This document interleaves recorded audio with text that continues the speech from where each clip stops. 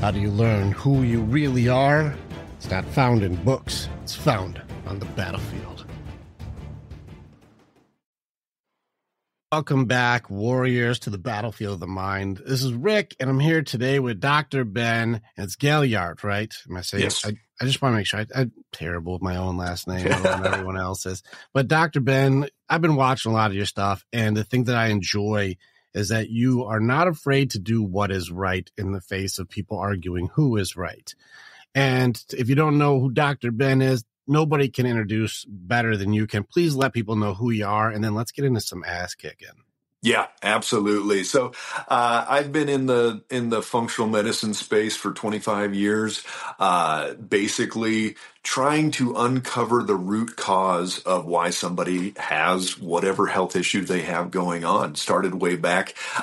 For me, in high school, my mom got diagnosed with MS, collapsed at one of my football games. Nobody knew what was going on, so she went down the whole path of getting diagnosed with MS. And they said, okay, here you go. Here's your drugs. Go on disability. You're probably going to need a wheelchair, and that's your life. Then you're going to die. And I was like, well, that stinks. I used to run with my mom. She was super active. We hiked, we backpacked, all this stuff. And I don't think that's the way she wants to go out. And so, fortunately, her and my dad retired. They moved down to this tiny town in the middle of nowhere in Missouri and found a doctor that was doing functional medicine type work even before it was called functional medicine. And he started going through, like we were just talking about, Rick, the why. Why would somebody's body attack its own tissue? Why would you get autoimmune? And so they started working through gut and brain and blood sugar and all these things to the point where she got off all of her drugs. She gave away her wheelchair, gave away her cane.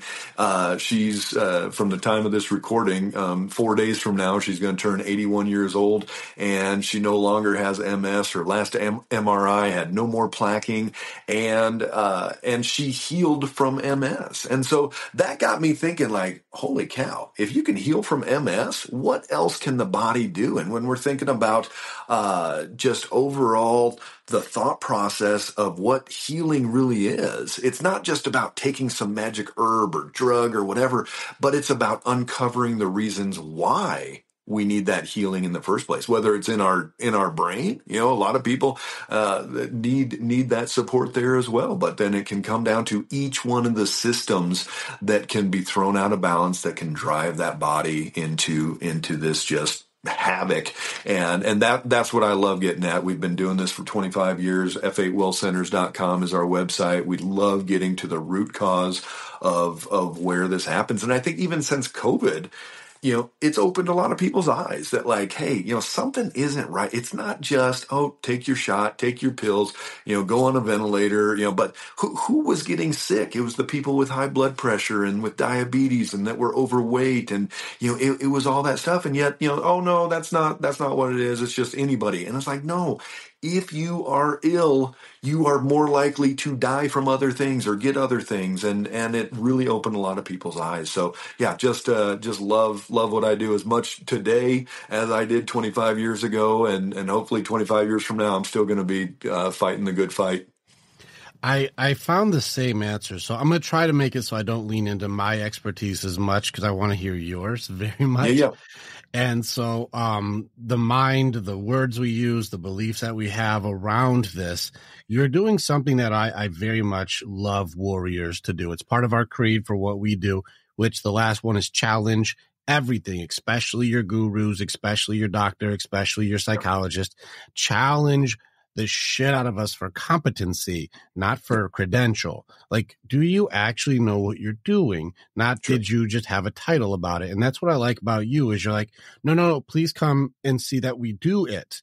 And I'm going to find your why, because the why is more important than the symptom. And people want to go, here's a pill for your ill, but you're like, well, why are you ill? Right. Like, instead of going, no, let's get rid of the thing that made you feel that way. And I love that you're challenging everything. You challenge the system. You challenge things to go, something isn't right. And that's something that, like, I want to keep the focus on that for a minute, because I don't think people are going to understand without judgment that you're doing something that's necessary because you're pushing the limits of what's possible. And that's awesome. Like, and so I just want to keep praising you for that for a little bit. Absolutely. When it comes to some of these things, I want to grab up some of the stuff that's like the stuff that breaks the rules here. And like I said, I've done this with anxiety. We've beaten anxiety, PTSD, depression, addiction, suicide. Our group is beating these things to where guys no longer need to be on any medication for any of these. And you just said with your mom, you were able to stop MS, or even you mentioned multiple times autoimmune diseases, things that are like, wait a second, your body is capable of way more than people are trying to give you credit for. Absolutely. And so before I get into the belief systems around it, can you start to change or challenge some of the things that you know are the problems with today's education or teaching around these topics? Yeah. So yeah, we're on TikTok, Instagram, Facebook, everything. And we get feedback all the time, not just from our patients, but from just the masses. And, that's the beautiful part with social media in today's day and age is, we're able to hit so many people and hear so many stories. And we hear it over and over that, okay, your ANA was high, which is telling us about autoimmune, but most doctors are like, it's not bad enough yet. You don't have enough symptoms. So wait, let's check it again next year. Let your body destroy more tissue until you have enough symptoms. Then we will give you a drug for that. And to the rational mind, that just does not make sense at all. And you're like, why would I let my body destroy more tissue? If I could have got a hold of my mom 5 years before she got diagnosed with MS, and stopped that process, slowed it down, whatever, and she wouldn't have to go on disability. She wouldn't have had to do all those things. She could have kept teaching and doing the great work that she did.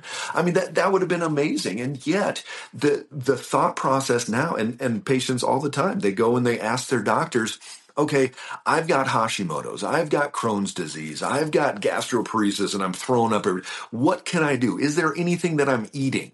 Is there anything that I'm thinking? Anything? And they're like, no, it's just kind of a thing, So just take this pill and good luck. And you're like, come on, dude, there has to be things that are affecting it and causing it. And wouldn't it make sense if something is causing it, that if you reverse that, if you stop that it should at least slow it down, if not even stop the whole disease process. So that's my philosophy is if there are things that are causing, it's just basic physics, cause and effect, it's just silly for them to say, nope, none of that affects anything.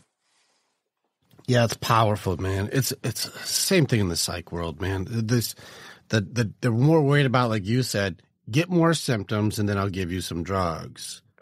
And you go, wait a second, no, where did the symptoms come from? What are like, you're not wrong. And you said the rational mind. Let's go into like doing some stuff because you talk about, I wish I could have been more preventative instead of reactive. Let's talk about some of the things that you really believe need to be out there. Yeah. Like people need to know shit and they're not getting enough of it. Absolutely. And so in which case, like, well, what do I need to start doing to, like, let's say the cleansing element, people need to clean their body out. Sure. I was just talking with Dr. Lodi. I don't know if you know Dr. Lodi, but he's really big on like, you got to clean yourself out. And he goes right after cancer and all the ones that are like, no, your body can cure it. You just have to clean your body out. Sure. What is your opinion on cleansing or the healthy sleep or the parts of like, guys, start here. Yeah. So here's I'm kind of known as the blood sugar doc, and we were the first office in the U.S. to start having every single patient finger prick glucose monitor, whether they were pre-diabetic, diabetic, didn't matter. We were doing it on kids and checking to see what that blood sugar 6 to 8 times a day, and that was probably 10 years ago. About 4 years ago, we were able to get continuous glucose monitors. We were the first office in the U.S. to use CGMs on every single patient. Every man, woman, and child. And with that, we're able to see 24/7 where the blood sugar is. And it used to just be for type 1 diabetics, insulin dependent. You have your pump and you're going to, get your insulin. But we have found, and I've written books on it, master classes, everything I can do to get this information out there. If we could stabilize everybody's blood sugar 85 to 110 every single day, we could prevent or reverse upwards of 90% of chronic health conditions. That one thing. We can take 90% of chronic conditions out if we can get the blood sugar between 85 and 110. And I am convinced of that. And how do I know that? Because of 25 years of working with patients that have gotten their blood sugar stabilized, that have reversed chronic conditions, that have slowed down their neurodegeneration and their Alzheimer's and their cancers and their not just diabetes states, but autoimmune and all of these different things. It is such a crucial part of it. It's basically the foundation of all of our work with people is to get that blood sugar stabilized first, and then we move on to the next step and the next step and the next step. I want to do it. How do I get where do I start, Doc? You're my expert. Where do I start? Absolutely. The easy part, it used to be that, CGMs used to be like $4,000 a month. Now they're in an accessible range. We used to only be able to get them in 3-month supply. Now we're able to get them one sensor at a time. It's a little patch, goes on the back of the arm, 14 days. It goes Bluetooth straight over to your phone. You get to see exactly what that blood sugar's doing, all day long. It shoots it over every 3 to 5 minutes, and you can go, okay, I just ate this one meal and we don't want it over 110 and I hit 160. Okay, for one, this is what 160 feels like. And I'm like, oh, I'm a little tired. And like, hey, you're always talking about the warrior and I'm ready to take on the day and all that. If your blood sugar spikes, you're not ready to take on your day. If your blood sugar crashes down, you're not ready to take on the day. You're going hypoglycemic. You're getting tired and spacey and hangry. And get this, so many guys are thinking about their testosterone now. What your doctor is not telling you about your low T is that the vast majority of low T is because of insulin resistance, because of your blood sugar issues, and that's driving the testosterone to convert into estrogen. And so if you're on testosterone pellet cream, injection, whatever, they almost always give you an estrogen blocker because they know that testosterone, you're raising your testosterone, but you're going more into estrogen. So then you start getting man boobs and you start, getting you're like, oh, lazy and sitting on the couch or playing video games. And, here's the crazy part. I see, we run testosterone on every one of our patients. I see teens and 20-something-year-olds having lower testosterone than 40 and 50-year-olds. It's going lower and lower generation by generation. So our kids, we complain as us old guys, right? We're like, oh, the kids these days, and you're like, well, it's not just they don't want to work. But get this, for males right now in the United States, 25% in their 20s, 20 to 30, 25% are not working at all. They haven't worked in 12 months. And we're like, oh, they're just lazy. They just want to play video. Their testosterone's 300, 400, 250. It's dropped. They don't have the motivation. And that comes back to this blood sugar issue, this insulin resistance driving that testosterone into estrogen. Then you're having, these hot flashes. Guys can even have hot flashes. They get man boobs. You walk down the beach nowadays and you see most 20-year-olds with big man boobs. And you're like, holy cow, what is happening to the manhood in this country? And a lot of it can go back to what we're putting in our bodies. Stay with us. We'll be right back. Warrior, thank you so much for being a part of the information that we have. And you're part of our story as we are a part of yours. It's very much an honor to be able to connect with each other. If you want to know more or you want to get started with working with me or working with our warriors so that you can begin your path to authenticity, strength, leadership, and accountability, this is the way. Together, we are way stronger. Now you get to choose. Do you go forward or keep doing what you've always done? If you stay where you're at, hey, click on some of the stuff and follow what it is. We got motivational stuff. We've got podcasts. We've got more things. Just subscribe and do the stuff and we'll keep you updated. But if you want to start going in, start jumping into what our programs offer and start your journey and being the hero in your own story.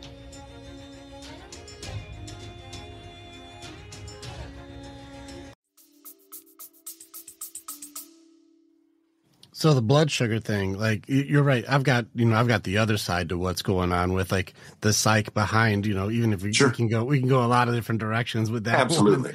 But there's a lot of things happening, even if there's a lot of studies that you keep going back to people who are pretty much psychics in the science world, like Dr. Calhoun with the Universe 25 experiment with the mice. Yeah. Where, like, once we have not enough productive roles and we have too many people, Sure. like, you just start watching the population start to just truly suffer. And so now you're seeing guys, like you said, this 25% of guys who are not working, not interested in dating, not trying to start a family, have no purpose or there's no need to do anything because everything's taken care of. Then suicide. And that, it's rampant. 35,000 males a year are committing suicide. And it's not just, PTSD war veterans. It's 20-year-old kids, 25-year-old kids that are lost and hopeless. And so, yes, there is that part of it where, you've got guys or women under 30, if they're going to have a baby in today's day and age, over half of them are single parents, so there's no father figure. So you've got all those things. And yet, what's the solution to these? Well, give them psych meds, or obviously do what you do with people. But that's the solution in the medical model, give them psych meds. But what is not being addressed is like, hey, are you going and picking up heavy weights at the gym, doing deadlifts? I tell my 20-year-old patients all the time, I'm like, go get 20 bales of hay, put them in your backyard every morning, go move them back and forth 3 times. From one end of the yard to the other.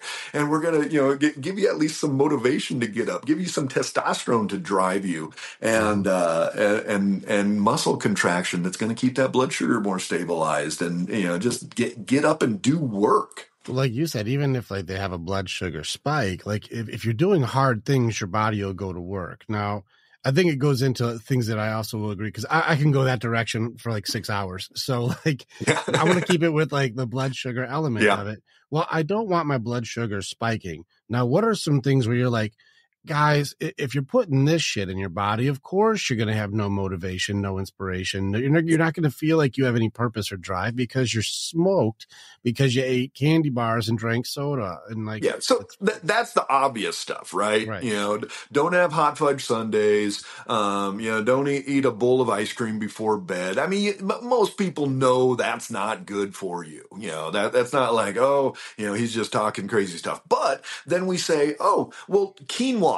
That's like this, it's got protein, it's this better grain. I'm like, almost every single person, quinoa goes up. Brown rice, wild rice, any type of rice. We'll see people 180, 200 on that. A lot of different fruits that we're like, well, fruit's got to be good for you. Well, individual people, it's different. Sweet potato. People say, oh, sweet potato's great. It's better than white potato. I'm like, most patients, when we do white potato versus sweet potato, the sweet potato makes their blood sugar go up higher than white potato. And so, it's not just a cut and dry, eat low glycemic, eat Mediterranean, eat paleo. It is individualized to what you have going on. That's why we do the CGM. And, I think just like anything, when you're talking about the mind, when you're talking about the body, the specifics of what you need, it's individualized, and there's no one size fits all for everything. I actually really appreciate that too, because like, while the principles may be the same, each person responds differently to them. We have different personality types or different body types or different needs. And so you're not wrong. And it's difficult for people to be like, so what do I do? Well, get somebody who can guide you the right way. Because how many wrong ways are there to do it? Yeah, there's a lot, vegan, vegetarian, paleo, you can do, carnivore where you just eat nothing but meat, and in any of these things, if it's not right for your body, it's not right. I don't care what the research shows. I don't care what your buddy did. I did intermittent fasting and I lost 30 pounds and I feel great. I'm like, well, that might be okay for him. That might not be okay for you. So what does your body need? What are your adrenals doing? Have you been stressed out for all these years? And then if you do more fasting, that may actually put more stress on your adrenals. And that's not great at this point. So, but cold plunges, everybody says cold plunges are good. Well, for some, but not for everybody. And you definitely don't want to do it before bed. And there's right times and wrong times to do it. So. Yeah, there's a lot of training that needs to go out there for like both sides of this. Yeah. And I think it goes into like you have to rewire the beliefs. I got something. This is one that's come up often when it comes to the sicknesses and the people have.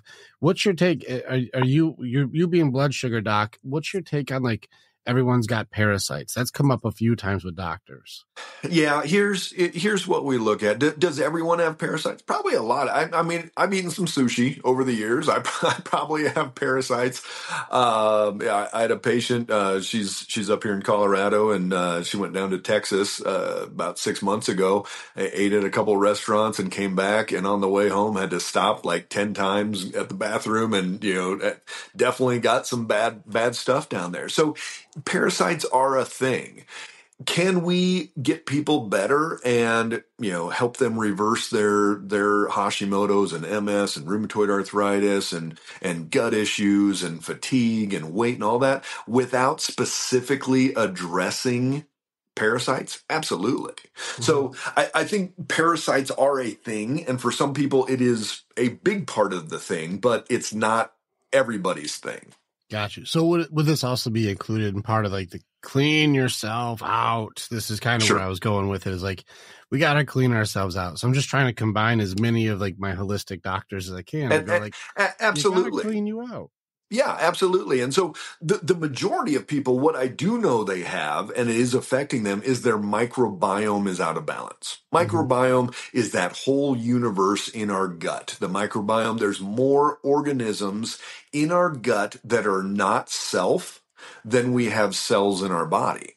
So what does that mean? Well, we've got a lot of brain cells. We've got a lot of skin cells. We've got a lot of different cells around the body. And yet there's more non-self bacteria, yeast, parasites, all types of stuff in our gut. It's literally a universe in our gut that is symbiotic with our brain, symbiotic with our immune system, with our fat soluble vitamins, all types of different things. And yes, that can be affected, and it can be parasites, it can be bad bacteria. If you've been on more than, let's say, 2 or 3 rounds of antibiotics ever in your life, your microbiome will never be the same. Really? How does that work? So the antibiotics, when we were kids, it was like, man, throw antibiotics left and right. I was just talking to a lady; she's in her late 50s, and she's like, I remember having this pink bottle in our fridge, and I'd get tonsil issues, and they just keep giving me bottles full of this antibiotic. Now, at least in today's day and age, it's a little more discretion on the antibiotics, but it's still thrown around like crazy. So those don't just kill off bad bacteria; they're knocking down the good bacteria as well in your gut, in your microbiome. And so then it allows the bad stuff to proliferate. So then you get all types of gut disturbance. You get gas, bloating, indigestion, heartburn, reflux, leaky gut, all types of different things. And so when we come in, yes, you need to take probiotics, but every single time we start with kill off first. And maybe, when we start doing kill off, oil of oregano, and there's garlic, and there's wormwood, and a bunch of different things, that can hit some parasites as well. So we don't need to specifically just do parasite cleanses, but we are working on kill off in the microbiome, and that is very important.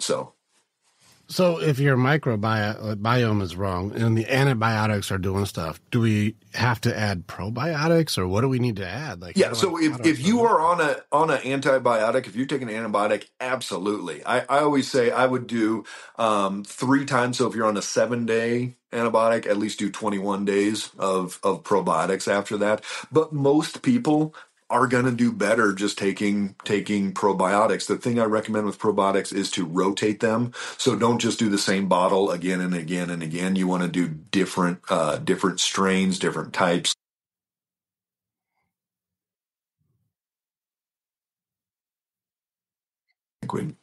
Oh, I'm back. So that can definitely replace the good bacteria, but you need to have a good variety in there as well. If somebody has major gut issues, we've got to actually start with kill off first and then come in with probiotics. I look at it like this. So if your bad stuff is up this high and your good stuff is down here, we can take good stuff, but we've got to kill off and knock down bad stuff and then bring in the probiotics, bring in the good bacteria, because it's not going to proliferate like it needs to if that microbiome is filled with bad stuff. So it's definitely important to work on. If you've been on many rounds of antibiotics over your lifetime, probiotics is almost like a multivitamin for you. You should probably be taking some on a regular basis. You can do kimchi, you can do sauerkraut, kombucha, different fermented vegetables, fermented foods can be helpful as well.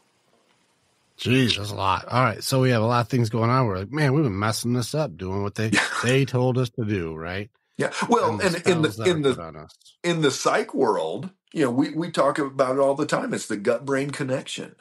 And the more antibiotics somebody's on, the more likely they're going to be to have depression, to have anxiety. It just naturally goes in line. We've got more serotonin receptors in our gut than we have in our brain. So that microbiome has to be working like it was designed to. Unfortunately, if you've been on a lot of antibiotics, it's never going to be there. So you're going to have to support it and work on it and nurture it, just because that's how you've been. If you were a C-section baby, get this, when that head goes through the birth canal, there is no microbiome when a baby's inside mom. There's no bacteria in the gut at all. So as they go through that birth canal, they're actually bringing in mom's bacteria and different ones that are going to come and start proliferating in their gut. But if you just cut open the belly and pull the baby out, there's no microbiome that starts in there. So then they're just kind of exposed to whatever they're getting. And especially if they're not nursing them directly on there. So if you didn't nurse much, if you were a C-section baby, your guts messed up as well. And I wouldn't be surprised. I've never seen research on it, but is there more, depression? Is there more PTSD? Is there more ADD on those people? My guess is yes. Yeah, I don't think there's been a study on that one. I'd love to see it too, because I don't know. I didn't know that for like the microbiomes. That's interesting. Yeah. But you're not wrong with a lot of the things that people are also put on for like the beliefs and the things that they're put into. How much do you have to fight against a diagnosis? And so somebody gave a diagnosis, or somebody mentioned a WebMD somebody, and they said, you have this, or you have this, or you have this. And then they're like, now you have to almost reprogram their belief around like, no, that's beatable. Like it says here it's forever, and I am now that. Yeah. How often do you have to fight that? It's interesting. I see it both ways. I see, yes, okay, you've got fibromyalgia, you've got, Crohn's, you got whatever it is. Okay, so now you've got that label. But I've seen it this other way too, where people are fighting and they're like obsessing about what is it. So many people come to us and like, I know I've got something wrong, and I know I've got, some type of autoimmune. My ANA's high. I've got some different things going on, and so then they go and they go to another specialist and another specialist and another specialist, and they're like, okay, well, we don't know what it is yet, and they're obsessing about the wrong thing. So whether you have a label, whether you're trying to find a label, you can't obsess about the what. And that's the what. What is it? You have to obsess about the why. Yeah. Why is my body going haywire? Why do I have low T? Why is my digestion off? Why do I have an autoimmune disease? Why is my thyroid hormone levels out of balance? Why? That's what you need.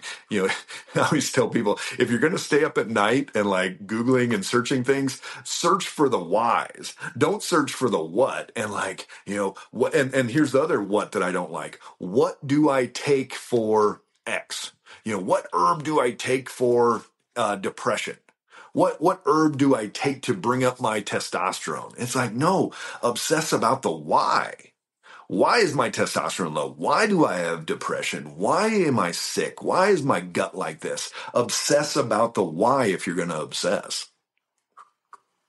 I agree very much. And the why is being like missed because your body is doing something it's supposed to do, and it's adapting to something you're doing to it, right? Like there's something happening and your body is very, very advanced. And this is something I've also seen like with multiple interviews like this, where like, no, we're noticing if you do a thing, your body's trying to correct it.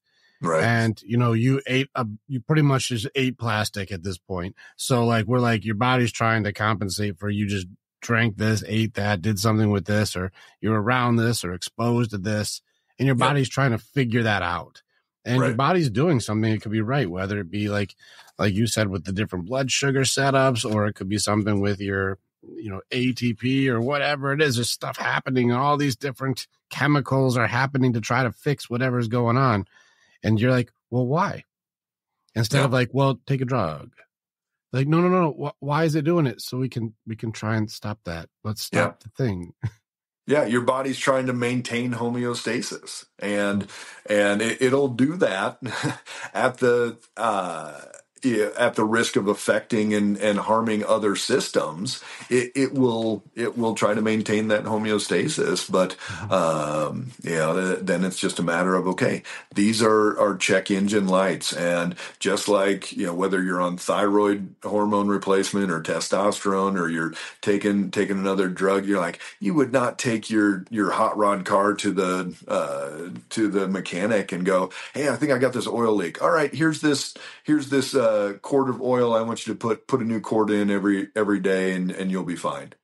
You're like, well, that doesn't make sense. Why is my oil leaking? And that's what we're doing, especially as guys. You know, our oil is leaking. I've got 4 boys from 12 to 19. I've got 20 team members around the world. We've got a lot of things going on day in and day out, and so it's easy for us to get depleted, to get run down, and that's where day in and day out doing the work, day in and day out, having that rhythm. I'm sure you guys have heard you talk about, your rhythms and your routines and staying consistent and all of that. It makes such a difference, whether that's, for our mental state. I always say we create our day, or our day creates us. And, so you gotta get that rhythm going. And same thing with our food, same thing with our exercise, with our,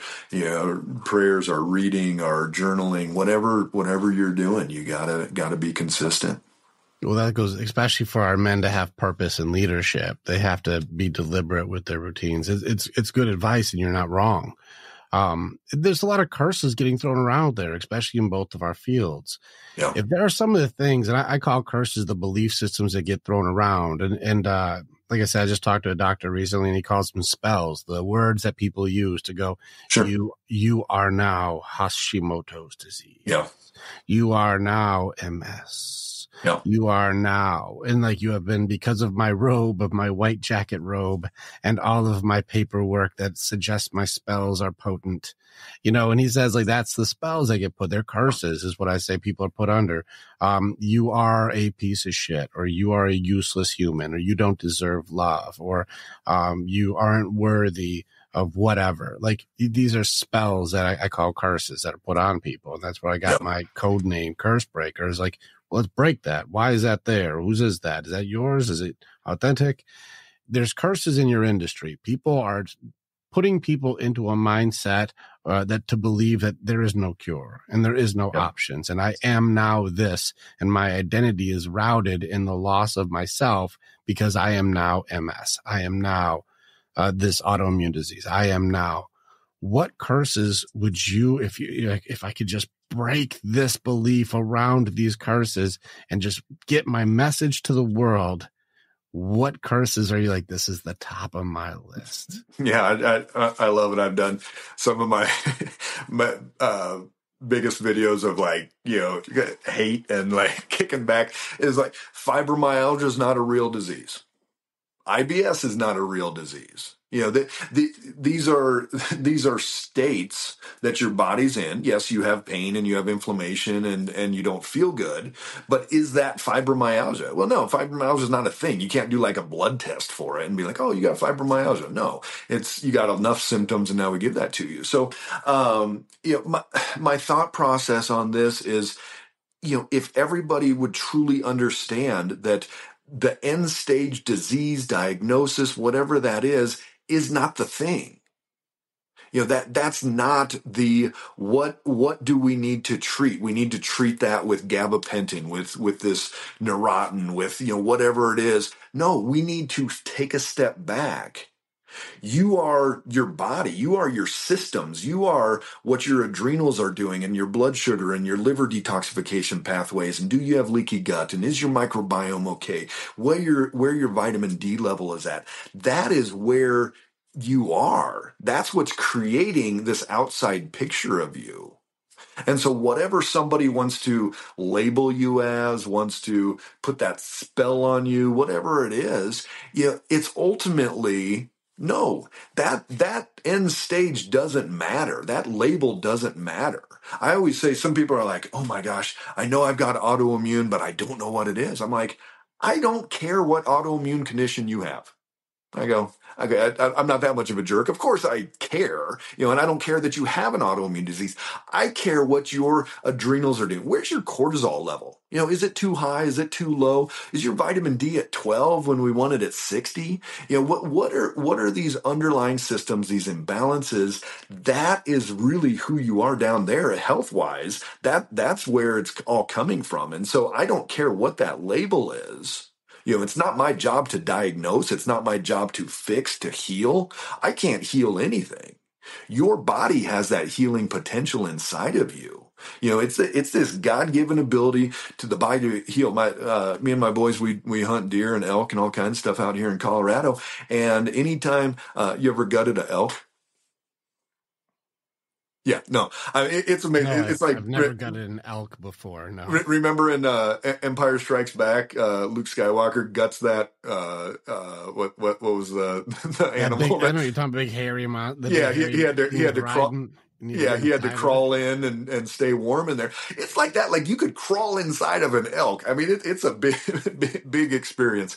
But as we do that, I sit there and I think, okay, that animal, beautiful, majestic, the picture of the Rockies, all that. They're not dealing with depression and having to be like, you know what, guys, I just can't get up and go today.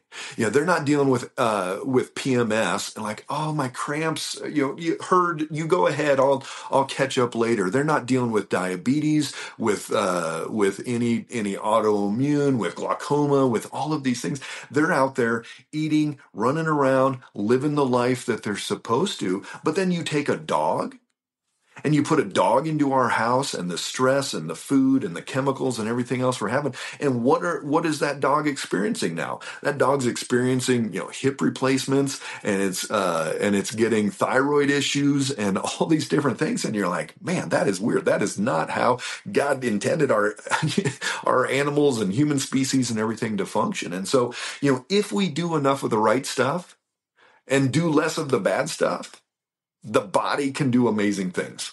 Mm-hmm. I've actually seen like the dogs things where people will get the emotional support dog. I saw a lady once with 2 dogs. Yeah. And so she had like her one dog was this little dog that was an emotional support dog. And then they had the other dog that was the other dog's emotional support dog. Now you're getting complicated. You're like, so that's the support dog for the support dog so that dog can support you. What are we doing? Like, this is getting silly at this point. Yeah. Like it's parts where people take advantage of these systems. You're not wrong though. And like when you beat through some of the things like depression and anxiety, I love the way that you said it. And like you said, some of the things you're like, I don't care. Well, like it's not what you mean. It means it doesn't matter.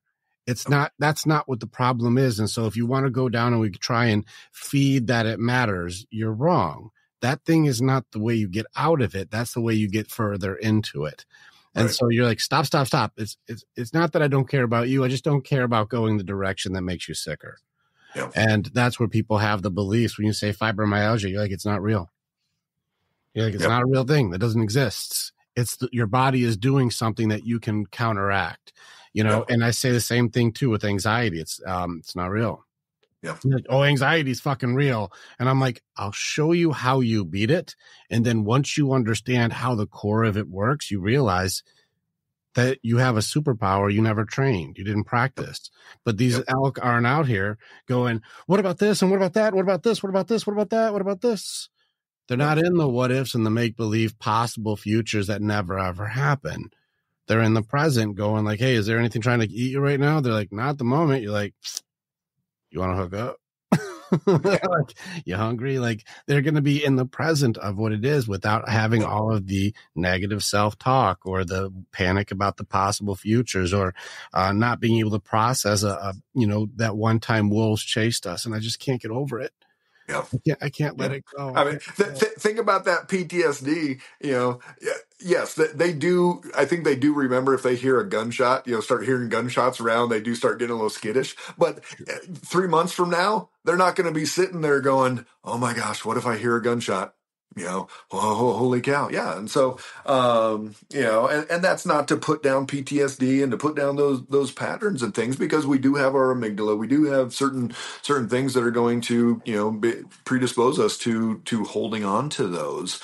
But again, in the traditional medical model, that's not given a way to heal. That's not, it's like, hey, take this drug, and you're like, holy cow, there's no amount of drugs that you can take that's going to heal your PTSD. Guaranteed. No one has ever been healed from PTSD from getting the right dosage of whatever psych med. You're correct. I have a lot of veterans. In fact, I have a group in just a second. After our call, I'm on a group with a guy who runs a huge veteran organization. And even some of the people I work with, a lot of my vets for PTSD, I work more in the cognitive behavioral side, but I also team up with a lot of neuro-linguistic programming guys. Awesome. And we've been able to beat for first responders and veterans through extreme situations, their PTSD. He's able to work through the neuro-linguistics within like 1 day to 2 days. They can reprogram the triggers. And then my work makes it so it stays gone. Yep. Like they can keep practicing the cognitive elements of like, I have control of this element of myself. And it's working. And this is making it so our guys no longer have to do, which, I'm not trying to put the fight against the VA at the moment, but there are a lot of organizations that are going, stop giving them drugs, and we need to give them what they need, which is to get rid of these pieces. They need help. They need the attention. They need training to not only reacclimate into society, which is difficult, but be able to say they don't call it a post-traumatic stress disorder. They just call it PTS because it's not a disorder. We can beat it. Right. And it's the same thing as what you're saying. Is like, is it more difficult for the guys who've been extremes? Of course, it's not to downplay, but we see people who like got a bad grade and call themselves having PTSD. And we're like, I can't put you in the same category. It's getting to be over the top that, every little thing can be traumatic. And you're like, well, at some point it's life, and we've all got life. But I love NLP. My wife, been trained in that for a lot of years. We, one of the first times she ever worked on me, I had just got out of school and I was starting to do some workshops and some different things. And, I was like, I'd get up there and I'd stutter and I'd be I could not get up in front of people and talk and everything. And she did a quick anchoring on me, and, the rest is history now. It's kind of what I do, every day. It's what you do. Yeah. Well, even with the fears, because fear is one of my favorite ones to fight. Fear, doubts, they're very beatable. And, a lot of times when people understand how to take all these books about these things, and I can take it into one sentence and go use the sentence right there. Yeah. And then the thing that had you paralyzed is almost silly. Yep. The thing that made it so you gave up on your dream is like, well, that doesn't even make sense now if you say it like that. And those are the same things too, like you are your diagnosis. Well, maybe let's check this and this. And you're like, I don't think that's there. And you're like, yeah, I guess it's not. And you can challenge the system itself to go, does it really add up? And that's why I say I see what you're doing. And I think most people would start off with doing judgment instead of asking questions. oh, he's just trying to do this, or he's a kook, or he's a crazy person, or whatever. What's this and what's that? He doesn't know what he's doing. It's like, well, challenge to see first. Just check it. Check and see what he's doing. Is it working or not working? Because the reason our stuff is successful is because it's successful. And the same thing with you is the reason your stuff is successful is because, well, it worked. Look at my mom. And if it didn't, if we weren't getting the results at this point, I would be finding something else. I would keep digging. I would keep going. It's not like, oh, wow, I found the first thing that I landed on and we just, it doesn't really work, but we're doing it. I'm like, well, that'd be, I always say, an endocrinologist is probably about the worst job in the world because they get all these overweight, unhappy, tired women that are on thyroid hormone replacement. They go in there and they're like, okay, fix me. You're the thyroid expert. And they go, oh, we're going to raise your hormone. We're going to lower your hormone, raise your hormone, lower your hormone. And that poor lady, that patient, she's like, I feel like crap. Yeah. And you just raised my hormone a little bit and I feel no better. Or I feel worse even. And like, you're supposed to be this guru, and that's all you did for me. And so like they must be one of the most hated professions out there. And so I'm like, every patient I talk to, they're like, yeah, I've been to 4 endocrinologists, and they all, but that's the thing. They're hormone doctors. It's their job to raise your hormone or lower their hormone. It's not to figure out why you have an autoimmune disease, which is Hashimoto's. It's not to figure out why you're under converting your T4 to your T3 and 60% in the liver, 20% in the gut. It's not to figure out why your pituitary is not stimulating as well as it should, and that's secondary to your adrenals, and secondary and then tertiary to your chronic fight or flight state and your high alpha and your amygdala and all these things that are just going. And oh yeah, well, you know what? Let's give you a Xanax and that'll calm you down. Yeah. Oh my gosh. And then take on top of everything you just said. That's like, look at all these things that are sitting right in front of you. Take into account to how often you'll have people change a behavior or change lifestyle until they feel better.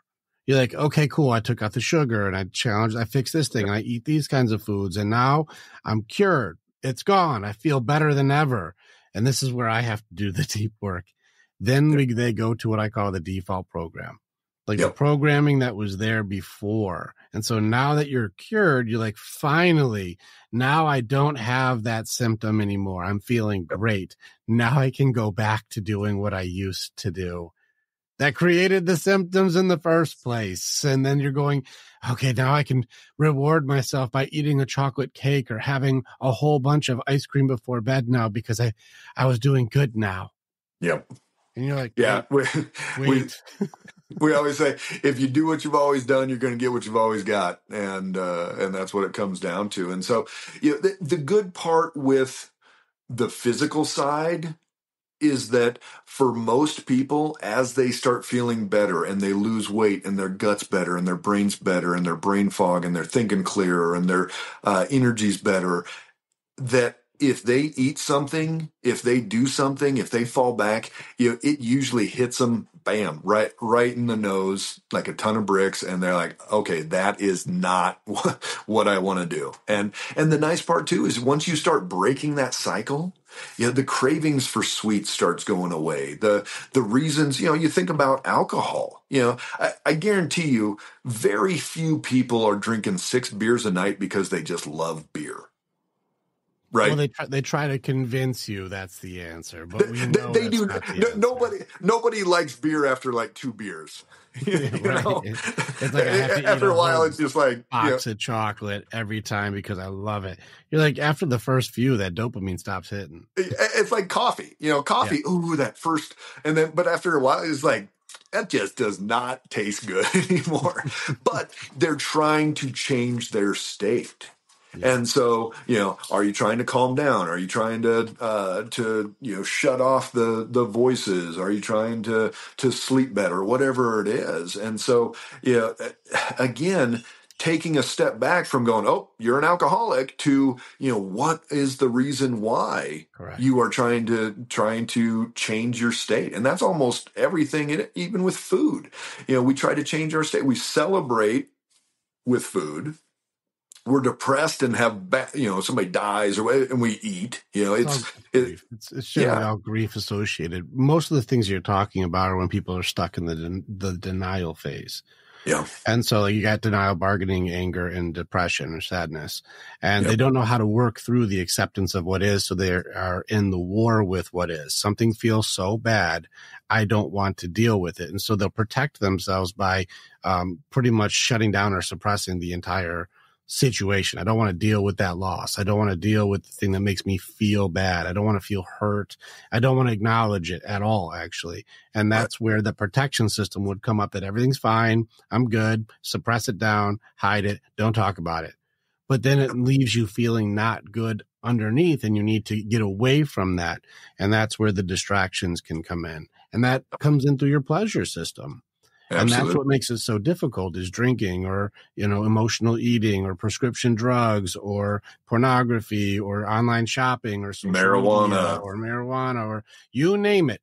Anything to get you away from feeling the thing I don't want to talk about. And so denial looks like protection, and that makes it difficult to catch. And then distractions comes in through pleasure. So it's just the backstage pass. It's going to come in, and that's what I like. It's just when you have an excess because you're trying to escape, it's going to be the recipe for addiction. And that leads people down that downward spiral where they stay stuck in their grieving cycle and bounce usually between anger and sadness and or trying to bargain their way through. But they just were stuck in denial the whole time. And so for anybody who has an addiction, whenever we've beaten it, it was because there's some core pain inside of a grief. They're denying, and they're in the war with what is. And once we win that battle, the need to distract from a pain that doesn't exist goes away. Yep. And so, absolutely. Yeah. One of my cousins, he's a Gulf War vet, PTSD, head injury, all that fun stuff. And, it's been his story has been, okay, he, used to smoke, used to chew, used to smoke weed. He's been alcohol free for about 10 months now. Then we've started working on budgeting with him and looking at, and like, holy cow, you just spent $35 on McDonald's DoorDash, for a Big Mac meal. And then you're like, oh, it's 7-Eleven. You spent $15 at 7-Eleven in the middle of the night. Yeah. My mind gets going, and those little apple pie fritter things just sound so good at that time. And you're like, okay, you're on a budget, dude. We can't just go, but it's not that he wants that, but it's that, again, like you're saying, it's that dealing and coping and all the other things hitting them. And the beliefs, the systems that we have that of belief around it. I had one of my warriors yesterday. He's like, I've been trying to quit smoking, and I'm like, let's go ahead and go into some of the beliefs around this. Let's get in there. So besides like atomic habits and all the different ways that it's been beaten hardcore, like that's what it is. People don't understand where these beliefs are coming from. And like, you have to deal with people who the beliefs are coming from a source, but they never challenge the source. And so when it comes to quitting smoking, you ask people like, is it hard to quit smoking? And they're like, it's fucking damn near impossible to quit smoking. And I'm like, awesome. Where did that come from? And they don't know. Like, I don't know. I just always heard that it was hard to quit smoking. I'm like, if you understand where it came from, that belief system came from cigarette companies. Yeah. To tell people it's impossible to quit smoking once you're addicted to it. And so you have a belief system now that quitting this is very hard. Do you know anybody who's ever cold turkeyed it? Absolutely. Yeah. Like, well, it's not impossible. They just chose, I'm not doing that shit anymore. And then they stop doing it, and then they don't do it. It's not impossible unless you believe it's impossible. But if I'm Rick the Smoker, quitting smoking is impossible because it's my name. It's Rick the Smoker. I can't be Rick the Smoker who doesn't smoke. That's not who I am. It's not my identity. But then I started going through his budget, just like your apple fritters and your late night snacking. And I'm like, buddy, how much are you spending on this? And he's like, well, about $600 a month goes towards cigarettes. Wow. But I'm like, didn't you just have an argument with your girl about $300? Like, she needed some money, and you're like, I don't have the money. I'm like, if you just quit smoking for 2 weeks, that wouldn't even have been an argument. I'm like, so if I give you a $7,200 a year raise, what would you do with that money? Would you be a lot less stressed? Because you keep calling smoking stress relief, but it looks like it's causing more stress, and you're literally burning your money at this point. And killing yourself. And making yourself sick. I'm like, it's sick both physically and mentally. And, in every single emotional way is now a higher stress level. And so you're poisoning yourself, and you're poisoning yourself like here and here. And you're wondering, why are things a struggle right now? I'm like, well, you're one choice away. And even more funny for any of my smokers out there, I did this step by step. I'm like, well, let's see if it's one choice away.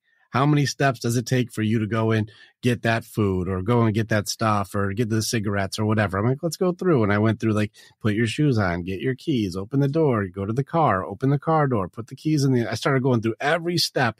And there's about 50 steps to get cigarettes.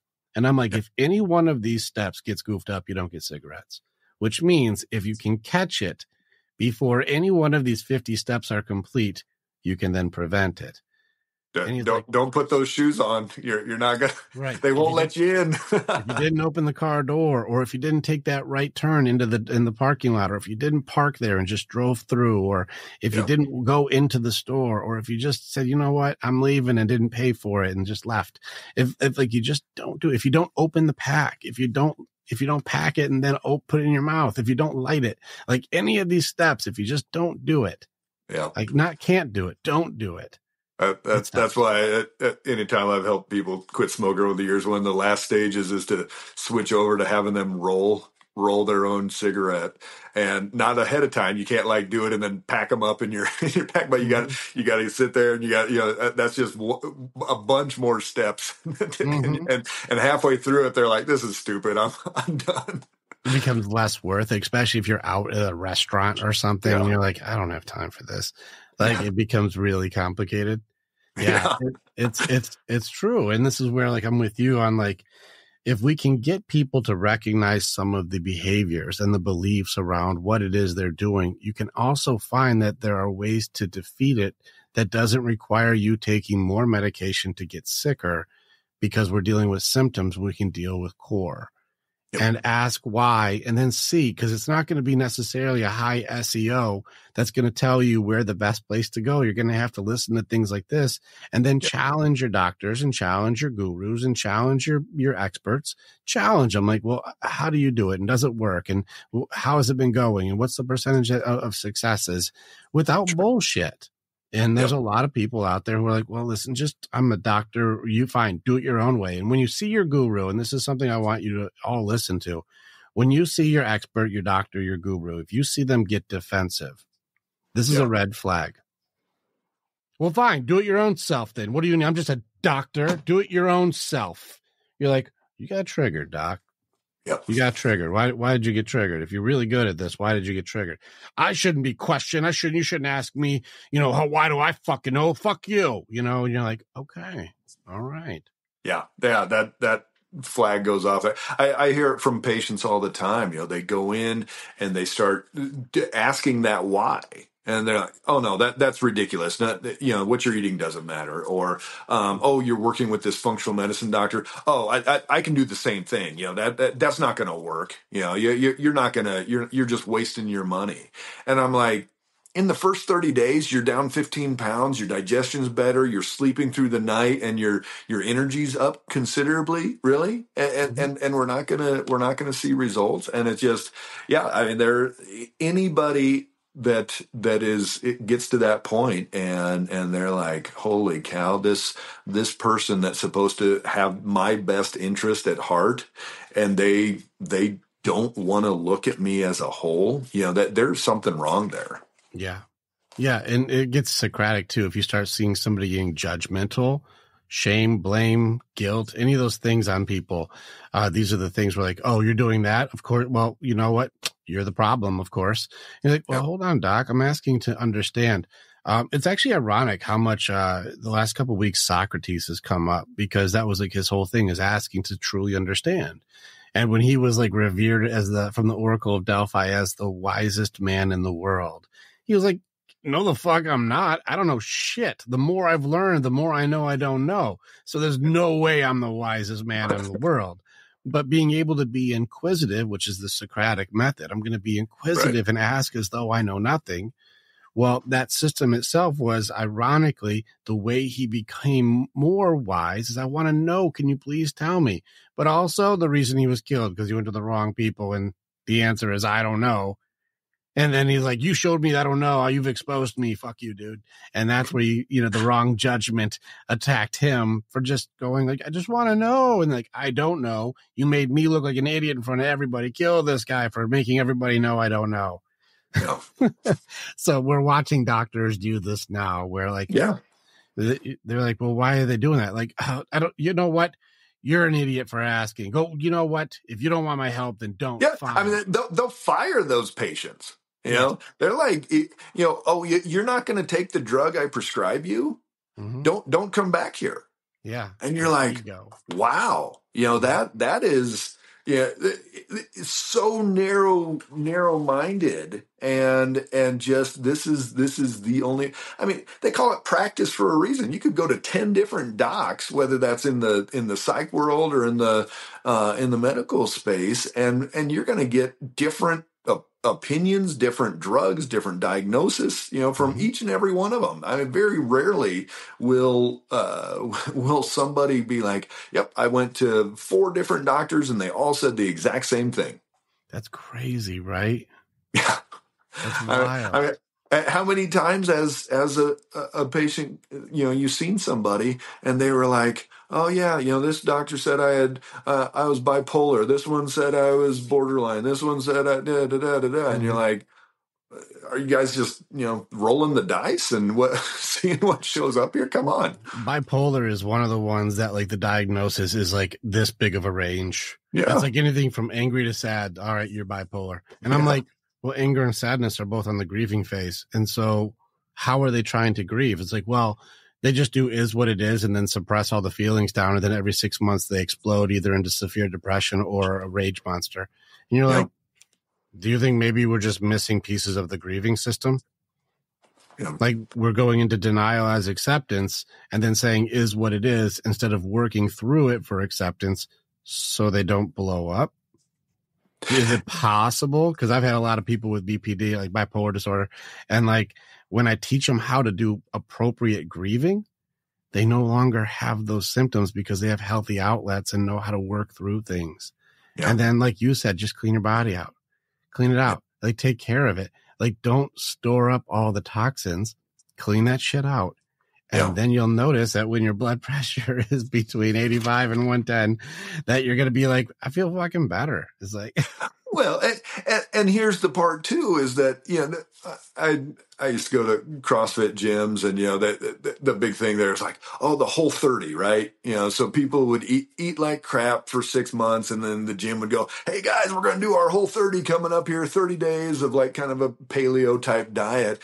And they're like, why haven't you just been eating well and doing all the right things for the last 6 months? And then you wouldn't need like this huge clean out and like, oh my gosh, we got to, fix all this stuff. Just like on the psych side, if somebody was dealing with their emotions, dealing with their grieving, communicating effectively with people, expressing hurts, whatever it was. And then it wouldn't get to the point where we're like, meltdown. You're like, no, if we were doing what we need to do every single day, we wouldn't get to. And yes, you need a little support here and there, but if you do the good things over and over and over, it's way harder for bad stuff to build up, and you're able to deal with it a little bit here, a little bit there. Well, that mentality of how much I can do in a short period of time and expect big results versus what like small things over a long period of time give like really big results. And like, you're like, well, why are we doing a 30-day thing? Why don't we just do this like this year? That's what we're doing. a lifetime thing. How long you been working out, Rick? Me, I've been working out since like the 10th grade. So I got like 30 years. Yeah. It's not like in the last 6 months, I started days. working out, and no, I mean, it's a thing, and so, it's the exercise thing. How long you've been getting up in the morning and journaling and writing your goals and doing those things. Well, I got binders like, on my bookshelf like this long I got a stack right here of probably 60 filled notebooks. of stuff that, and for me, here's your tip for everybody. I used to sit down in the morning and I'd be journaling, writing, praying, reading, everything. And I'm like, I tell patients every day, sitting is the new smoking. And, you got to be moving. So I went out, we've got a little gym in our shop. And so I got a treadmill out there and I'm like, well, I'm getting on that. And so now I'm 40 minutes on there and I do all, and writing and all that. I'm like, well, I don't need to go back and reread this stuff anyways. So it doesn't matter. I can only imagine your treadmill handwriting. It's gotta be rough. Yeah. So, my wife looks at it like, are you trying to make this messy so I can't read it?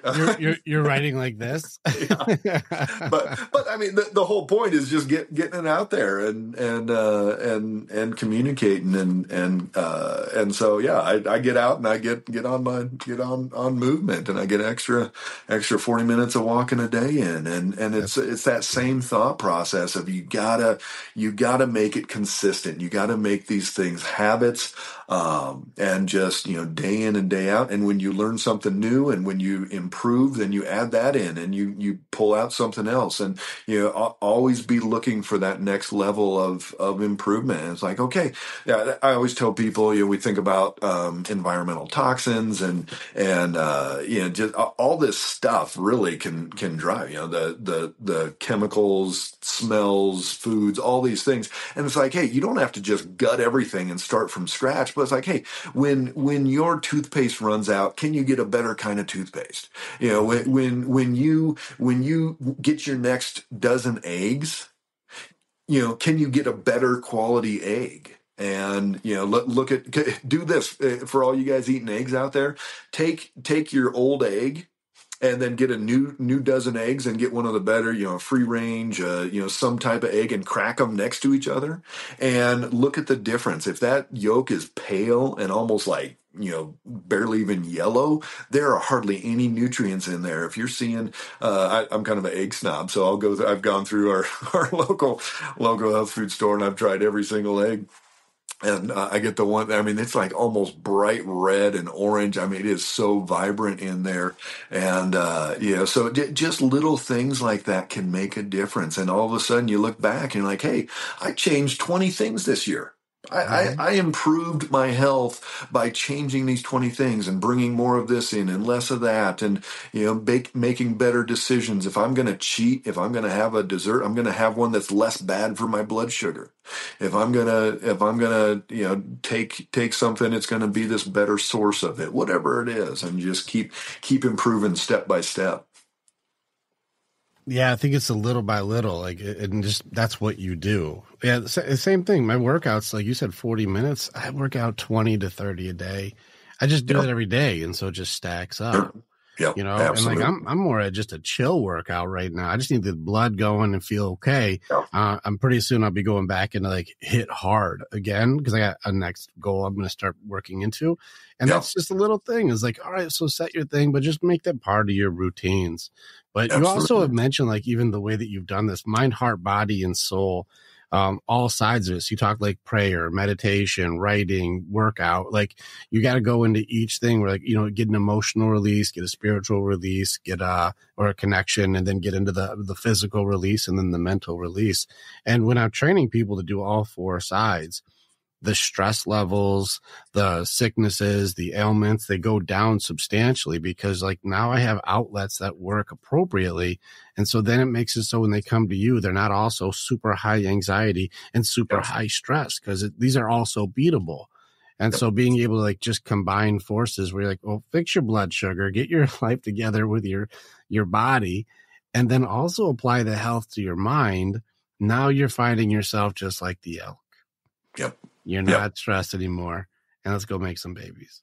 Yeah. I mean, that's what it's crazy the number of of this younger generation, 20, 25, 30, that don't even want to reproduce, that they're so stressed out. They've been, beat over the head that if you have babies, you're causing destruction of the planet. It's Universe 25 stuff. You've seen Universe 25, right? Yeah. Like that's what's happening right now. And it's actually, we're at that pivoting point where Calhoun called this back in the 70s, talked about as soon as we start hitting between like 7 to 9 billion people on the planet, that's about that breaking point where you start seeing it go the other direction. But the way we do that turn, the other direction turn, is going to be impactful for humanity. And we may already be going to that too far point where, like, you see the narcissistic behaviors, especially if you look at John Haidt's work, it's more in women. Sadia Khan, you see other psychologists who are like, look at the behavior that's going in and who's the most susceptible. In the mice, it was the males that became the most susceptible to being the beautiful ones. Yep. But in our society, it's the females that are the most susceptible to being the beautiful ones, which I do no work. I want nothing to do with it. They're glorifying not being mothers. And we are actually in the first time in humanity, in human history, where we have more women over 30 without children than women under 30 with children. It's the first time it's ever happened in humanity, and it's glorified. Yeah. So. Well, South Korea, they've spent billions of dollars trying to marketing to their citizens to reproduce. It's that, it's just, it's crazy. You look at China, you look at Europe, all these places, they've already peaked, and it's going down. Elon Musk was over in Italy or Spain. He was just there a few months ago, like, telling everybody go have babies.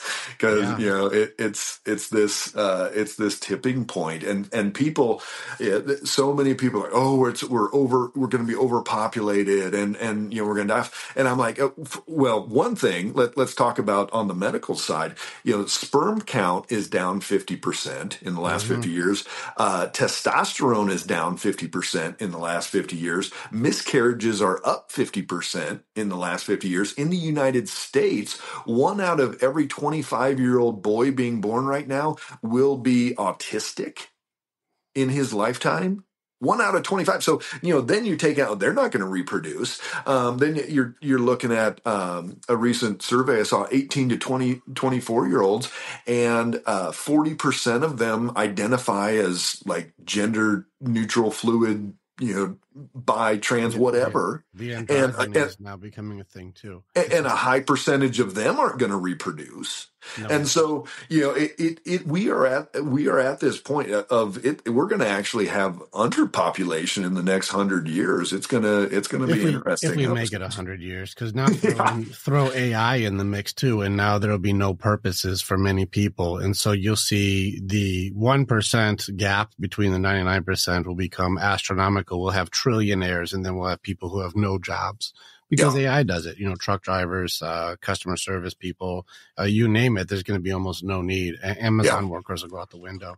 Anything that's going to be AI generated. And that's where you and your people and what you're doing every day, there's a book, and I'm in a men's group we're going through, it's called Manhood. And, that's what we're talking about right now. It's like, hey, we have to have a mission. We have to have something that we get up for every single day. And having 4 boys, I'm fortunate enough that I've got, people that I can imprint that into, and they all know how to work. They know how to get up and bust their butt and do what they need to each day. But unfortunately, there's a lot of guys in, and I'm just talking about our country in the United States, that do not have that goal, do not have that drive, do not have that mission. And unfortunately, that spills all the way across the republic that we have here. Yeah. And in order for there to be a chance for our guys, our brothers and our sons, in order for there to be a chance, there's nobody coming to save you. The opportunities you're looking for are up to us to create. They're all over the place. There's opportunities to do things, but we're waiting for these. There's so many things we can get into on this, where you look into, here's a real problem. I'm going to call it right now, just so you guys can hear, like, this is maybe 5 to 10 years ahead of where it became a real issue. Sex bots is going to be a problem. That's going to be a legit issue. There will be no reason to procreate. As soon as you can take like the Google voice system, which sounds it sounds so human, you can't tell the difference. And you put that AI system to know your algorithms, like what your favorite things are. We could talk about your favorite topics for hours. And then you put that into a robot that looks is whatever your favorite thing is, as perfect as you want, whatever your preference, you can whatever your hot is. No matter what it is, you can make it exactly your thing, whatever your fetish or your things you like, it's perfect. And then you take on account, we already have robots that do housework and stuff. You make that thing able to do dishes and clean up and take care of shit around the house. What's a better mate? They're not going to talk back. No arguments, sex anytime you want, in any way you want. You can even have 3 of them and just take turns down and they don't argue. No issues happen. And so that's going to be a fucking problem because right now, 30% of the boys, like you said, aren't even playing.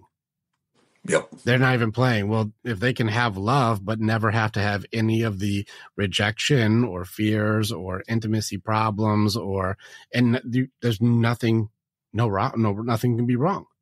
Right. That'll be an issue. That'll be a legit issue. And it's going to be tough for the ladies too, because then they're going to have to fend for themselves, which creates overwhelm and they fall into high levels of stress, which maybe turn into the male sex bots turns into a legit thing. People will have, I am in love with my robot. That will be a thing. And they think it's not going to be a fucking thing. Oh, you're going to have legit competition. Yeah. Well, and and why is that? It's what they didn't get from their dad. It's what they, that they're grieving from all these losses they've had and never had, and they never knew how to deal with. And since they don't have to, they won't. We're in the good times, and the good times create weak people, and that's what's happening. We don't have any real. You don't have to fight for food. We don't have to want for anything. And when there's no real issue, we create them. And so the real issue will be like, I just don't like who you voted for, or I don't like your opinion. And you're like, well, those aren't real issues. Those are just disagreements. And you're like, no, they should fucking die. And you're like, wow, you went into, you should kill someone for disagreeing because that's the hardest part of your day. You've never had to starve. You've never had to fight or grow anything. You've never had to build anything. Everything's already built. And, a lot of people whose jobs are to do caretaking, it's like one button now. Did you do laundry? Yeah, I went that's it. That's all. I left it alone. And then I moved it and pushed a button. And you're like, that used to be by the river, scrubbing and then hang it up on strings. Now it's a different thing. It doesn't matter, And so we're in an interesting time right now. We're going to watch what's going on with our people, but there's a good possibility that what you and I are doing is in the last hurrah for humans. Because they'll start doing an integration and really interesting things soon that make us go, remember when we used to be people? Yeah. Yeah. I mean, it's easy. We were just saying before this, when we were growing up, there was no internet. There was nothing else out there. And just see what's changed. And I'm sure in the next, 30, 40 years, it's going to be a similar seismic shift. It's going to get weird sooner than that. It's already getting weird. We got a lot of work ahead of us to try to help at least the people who are going to be the ones who carry humanity forward. It's going to come from those who understand how to take care of themselves in the way that you teach, and the people who have purpose in the ways that we teach outside of this. And so if you're going, I believe that what you're doing and what I do are they simpatico. They fit right together. This is a good match. And I think this is one of those things for people who listen to these kinds of things. Plug in with Dr. Ben. Plug in with what we do. Plug in to every avenue of finding authenticity, health, strength, purpose. Find you and your longevity. And it gives you a fighting fucking chance to lead your pack, be healthy with your family, and be able to even have a family. Yeah. Because in the future, it's going to be a rare thing to have a family. Absolutely. And so value it while we have it, and let's make each other live as long as we can. Yeah. Amen. Right on. Dr. Ben, how can people get in touch with you if they want to work with you? Yeah, absolutely. Our office, it's F8 and the letter F, number 8, Well Centers, F8wellcenters.com. I'm on TikTok. We got a bunch of followers on there, a bunch of videos, YouTube, Facebook, Instagram. We're all over on there. And if you want a CGM, you can grab those in the links in the bio on any of those outlets as well. And then if anybody truly wants to take that next step in your health, is more than just, hey, I need to eat a little bit better, but there's more stuff going on, then that's what we're here for as well. So reach out. Would love to help each and every one of you, really get to that next level of whether that's manhood or of just overall function in this world. Hell yeah. That's awesome. We'll have the links in the bio for you. Dr. Ben, thank you so much for hanging with us today. You bet, Rick. Thank you. Click on the button and you can become the hero in your own story. It's time to start making the choices to change. And the evolution that you're going to do begins with choosing the next step. This is the way. And together, we're always stronger.